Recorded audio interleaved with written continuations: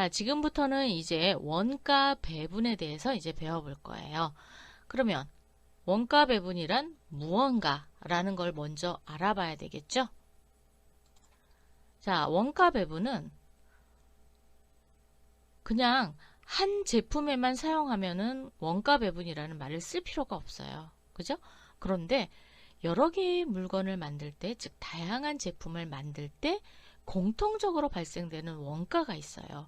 이 원가를 합리적인 배분 기준을 따라서 원가 대상자들한테 서로 부과를 해야 되겠죠. 이때 부과하는 과정을 뭐라고 한다? 원가 배분이라고 하는 거예요. 그럼 원가 대상은 그렇죠. 개별적인 원가를 사용하는 제품에는 필요가 없어요. 그렇지만 부문이라든가 제품, 활동, 프로젝트 아니면 공정, 그죠? 이런 데다가 활용을 할 때 그때 원가 배분이라는 그런 예상을 할 수 있습니다. 자, 그래서 대부분 부문으로 많이 하고요. 아니면 공정별 또는 뭐 제품별 아니면 활동별 아니면 프로젝트별로 이렇게 구분해서 원가를 배분합니다. 그럼 이런 원가를 배분하는 목적은 뭘까요? 첫 번째는 외부에 보고를 하기 위해서 재고 자산을 평가하고 매출원가를 계산하는 데 목적을 가지고 있습니다. 즉, 원가 회계를 우리가 외부 공포형 재무제표를 작성을 할 때 제조 활동과 관련이 됐느냐 안 됐느냐에 따라서 서로 달라지잖아요. 그래서 제공품이라든가 제품, 매출원가에 배분하여야 할 때 이때 원가 배분을 꼭 하셔야 됩니다. 그래서 첫 번째 목적은 외부 보고를 위해서 재고자산 평가, 매출원가를 계산하는 데 목적을 가지고 있고, 두 번째, 경영자의 의사결정을 하는 데 있어서 유용한 정보를 제공해 주는데 목적을 가지고 있어요. 어떤 의미냐면 우리가 경영자는 아무래도 회사에 좀 더 발전하고 또 보다 많은 이익을 얻고자 하려면 뭘 해야 돼요? 그렇죠. 신제품을 끊임없이 아니면 제품을 끊임없이 업그레이드를 해야 되거든요. 이때 이 업그레이드를 할 거냐 아니면 새로운 제품을 만들어서 팔 거냐 이런 거에 따른 연구개발비라든가 마케팅 그리고 고객 서비스 비용 이런 것들과 관련된 원가를 통합적으로 고려해서 경영의 그 계획을 짤 거 아니에요. 이럴 때 필요한 게 원가 배분인 거예요. 자, 세 번째는 부문 책임자나 또는 종업원들의 뭘 하기 위해서 성과 평가를 위한 목적으로도 사용이 됩니다. 즉, 원가를 얼마만큼 효율적으로 통제하였는지 또 그 원가를 얼마만큼 절감을 하는데 우리 종업원이 노력을 했는지 이런 거에 따라서 성과금 같은 거 줄 때 평가 지수가 있어야 될 거 아니에요. 그럴 때 원가 배분을 가지고 활용을 하기도 합니다. 그러면 얘는 뭐 부문별로 한다든가 또는 활동별로 이렇게 배분할 때 많이들 쓰기도 합니다. 또한 네 번째는 계약 금액을 결정하기 위한 목적으로 사용을 하고 있습니다. 주로 어느 때? 입찰할 때요. 입찰할 때는 최저가를 했을 때만 입찰이 되잖아요. 이럴 경우 최저 입찰 가격을 결정한다든가 또는 원가 보상 계약에 따른 원가 산정을 위해서도 필요하고요. 기업은 이익을 많이 내야 되잖아요. 그런데 무조건 원가도 계산하지 않고 이익만 많이 내면 그게 잘 팔릴까요? 안 팔립니다. 그래서 반드시 가격을 결정하는 데 있어서 원가가 매우 중요하게 작용되기 때문에 이 원가를 제대로 배분을 해서 활용해야 됩니다. 됩니다. 자, 원가 배분 과정은 세 단계로 이루어졌어요. 첫 번째는 대상을 설정합니다. 두 번째는 배분할 원가를 집계해요. 집계한 이 원가를 뭐에 따라서 배분 기준에 따라서 원가를 배분합니다. 이 3단계로 이루어졌어요. 네 번째, 원가 배분의 기준. 그러면 원가를 배분할 때 어떤 기준을 가지고 하느냐라는 거예요. 첫 번째는 인과관계를 기준으로 하고 있습니다. 인과관계는 즉 발생된 공통비와 원가 대상 간을 아주 밀접한 관계가 있다라고 보고 그 관계를 기준으로 원가를 배분하는 것으로서 가장 이상적인 배분이라고 할 수 있습니다. 어떻게 보면 가장 많이 하는 배분 기준이 될 것 같아요. 그래서 인과관계를 따져서 관련이 있는 거를 가지고 배분하는 거를 인과관계 기준. 여기에 많이 사용되는 게 간접재료비인 경우에는 각 부문의 직접재료비를 가지고 배분 기준을 갖고요. 간접노무비는 그렇죠. 직접 노무비 또는 종업원수, 직접 노동시간 이런 걸로 배분 기준을 가지고 있습니다. 감가상각비인 경우에는 기계 같은 경우는 기계 사용 시간, 그리고 건물 같은 경우는 면적을 가지고 나누어서 원가를 배분해 주고요. 전력비 또는 동력비라고 하는데 얘는 전력 사용량을 가지고 한다든가 또는 마력 곱하기 운전시간을 가지고 하기도 합니다. 가스 수도료 같은 경우는 사용량, 수선비는 수선 횟수 또는 수선 시간, 근데 횟수로 많이 해요. 복리후생비 같은 경우는 그렇죠. 종업원 수로 나누어서 배분을 하겠죠. 운반비는 운반 물품의 무게라든가 운반 거리, 운반 횟수 이런 걸로 즉 아주 밀접하게 관계되어 있는 부분을 가지고 배분을 하는 거다라는 겁니다. 자, 두 번째, 수혜 기준.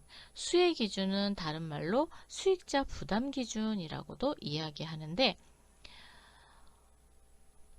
원가로부터 원가 대상에 제공될 경우 경제적 효익이 얼마나 되는지를 측정할 수 있는 경우에만 해당이 돼요. 얘는 경제적 효익이 측정할 수 없다. 그러면 사용할 수 없습니다. 그래서 경제적 효용을 측정할 수 있다라고 가정했을 때 그 크기에 따라 배분하는 기준을 정하는 것을 수혜 기준 또는 수익자 부담 기준이라고 이야기하고요. 부담 능력 기준은 공통비를 부담할 수 있는 능력에 따라서 배분하는 기준이 되겠습니다. 공정성과 공평성 기준은 우리가 원가를 배분할 때 한쪽으로 치우치거나 편파적인 배분을 하면 안 되잖아요. 그래서 원가 배분 시 공정하고 공평하게 배분한다라는 기준을 정하는데 이 기준이 공평성 또는 공정성의 기준이 되기도 합니다. 그래서 원가 배분 기준은 4가지가 있는데 가장 많이 사용하는 건 인과관계 기준이고요. 두 번째 수혜 기준, 세 번째 부담 능력 기준, 네 번째 공정성과 공평성 기준으로 분류하기도 합니다. 기본 문제를 통해서 기초 개념을 좀 더 살펴보도록 하겠습니다. 첫 번째, 다음은 원가 배분 기준에 대한 설명이다. 알맞은 용어를 찾아 가로 안에 기입하시오. 기호를 쓰셔도 되고 기호를 쓰셔야 될 것 같아요. 칸이 너무 좁으니까. 첫 번째, 특정 원가를 원가 배분 대상에 대응시키는 가장 이상적인 배분 기준. 자, 가장 이상적인 배분 기준이 뭐가 있었죠? 그렇죠. 인과관계 기준. 수익자 부담 원칙으로 경제효익의 정도에 비례하여 원가를 배분하는 기준은 수혜 기준이죠. 그래서 D가 되겠습니다. 발생된 공통비를 부담할 수 있는 능력에 따라, 즉 부담 능력을 할 수 있는지의 여부에 따라서 원가 배분을 기준으로 하고, 상대적 판매 가치법, 순실현 가치법 등 원가 배분 방법의 대표적인 예인 것은 부담 능력 기준입니다. 원칙을 강조하는 배분 기준에 대한 포괄적인 원칙은 그렇죠. 공정성과 공평성 기준이 되겠습니다.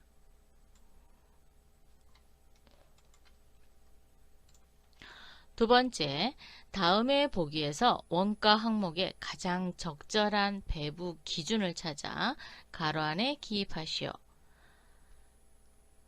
배분 기준이 가장 적절한 걸 찾으면 되겠죠. 자, 간접 재료비는 재료비와 관련된 거를 가지고 기준으로 삼는 게 가장 좋겠죠. 그래서 직접 재료비가 되겠습니다. C. 간접 노무비는 그렇죠. 노동시간으로 하면 좋겠죠. 그래서 F. 건물의 감가상각비는 건물은 면적으로 나누는 게 가장 좋을 것 같아요. 그죠? 그래서 G. 기계의 보험료는 기계 가격? 그렇죠. 기계 가격이라든가 뭐 기계 가격으로 나누는 게 제일 좋을 것 같네요. 그러면 B. 전력비는 사용량 갖고 나누면 좋겠죠? 그래서 E. 수선비는 수선 횟수 H. 복리후생비는 종업원수 A. 운반비는 운반 횟수 D. 건물의 임차료는 뭘로 하면 좋을까요? 건물의 임차료 G. 면적으로 하는 게 좋겠죠? 이렇게 해서 구분해 봤습니다. 다음 괄호에 들어갈 적당한 말은 뭐뭐란 원가 집합에 집계된 공통 원가 또는 간접 원가를 합리적인 배분 기준에 따라 원가 대상에 대응시키는 과정을 말한다. 뭘까요? 원가 배분이죠. 그래서 2번.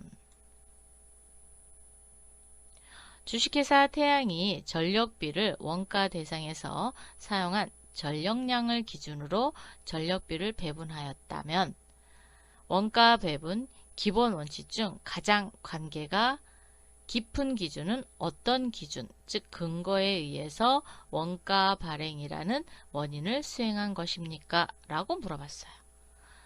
자, 전력비는 전력량과 아주 밀접한 관계가 있죠. 그래서 그렇죠. 인과관계 기준이 되겠습니다. 세 번째, 다음 중 보조 부분 원가를 제조 부분에 배분할 때, 보조 부분 원가를 제조 부분에 배분할 때 고려해야 할 원칙으로 가장 적절하지 않는 것은 자, 통계적 상관관계, 인과관계, 부담능력, 혜택관계. 자, 뭘까요? 1번이죠. 통계적 상관관계는 해당하지 않습니다. 자, 부담능력, 혜택능력이 뭐예요? 수혜 능력이잖아요. 그리고 인과관계 반드시 해야 되고 여기에 또 하나 있어야 되는 게 공정성과 공평성이죠. 자, 그래서 3번의 답은 1번이 되겠습니다. 4번. 다음 중 부문 간접비인 기계 감가상각비의 배분 기준으로 적합한 것은 자, 기계를 나타내는 거니까 뭐가 좋을까요? 기계 가격이나 또는 그렇죠. 기계 사용 시간이죠. 그래서 2번이 되겠습니다. 5번. 공장 건물 임차료를 각 부문에 배부하는 기준으로 가장 적당한 것. 자, 임차료는 점유 면적입니다. 그래서 1번이 되겠습니다.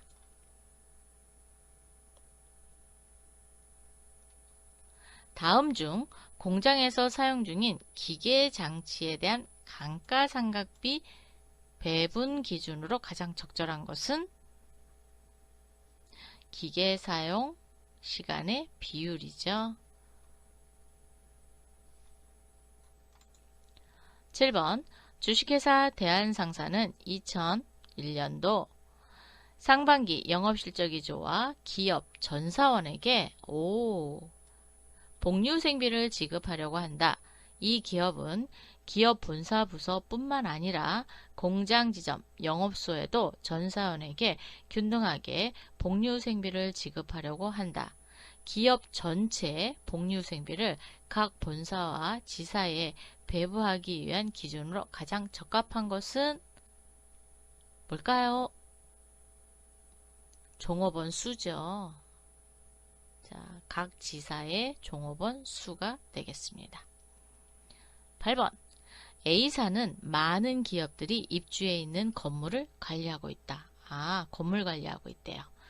경비 담당 직원들은 모든 입주 기업들의 사무실 및 건물 전체를 경비를 맡고 있다. 건물 전체의 경비 업무 수수료를 각 기업에 배부하기 위한 기준으로 가장 적합한 것은 뭘까요? 임대 면적입니다.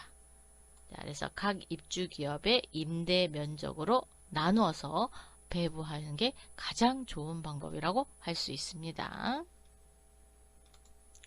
9번째, 생산 자동화가 잘 이루어져 있는 공장에서 여러 가지 제품을 동시에 생산할 때 제조 간접비를 제공품에 배부하기 위한 기준으로 가장 적합한 것. 즉, 제품을 만드는 데 있어서 제조 간접비를 제공품으로 배부한답니다. 뭐가 좋을까요? 기계 시간입니다. 노무 시간 아니에요. 제품을 만들어져야 되는 거기 때문에 기계 시간으로 하시는 게 가장 좋습니다. 간혹가다 노무비를 기준으로 해서 배분하기도 하는데 가장 좋은 건 기계를 얼마만큼 사용했느냐에 따라서 제공품에 배부하는 게 가장 적절하다고 할 수 있어요. 10번 원가 배분은 일반적으로 3단계의 과정을 거친다. 다음 중 원가 배분 과정을 순차적으로 가장 적절하게 나열한 것은 간접 원가를 제품의 배분, 직접 원가를 원가 대상의 추적, 한 원가 대상 부문에서 다른 원가 대상 부분으로 원가를 배분 또는 재배분. 자, 제일 먼저 나타내야 되는 게 뭐예요? 직접 원가를 먼저 추적해야 되겠죠? 자, 추적하고 얘가 1번. 그리고 그렇죠. 간접 원가를 제품에 배분하고 한 원가 대상 부분에서 다른 원가 대상 부분으로 배분하고 또 재배분해야 돼요. 그래서 얘가 3번. 답은 1번입니다. 나다가 순서대로 하시면 되겠습니다. 자, 이렇게 해서 원가 배분의 기초 개념 모든 문제를 풀어봤습니다. 다음에 또 만나요. 수고하셨습니다.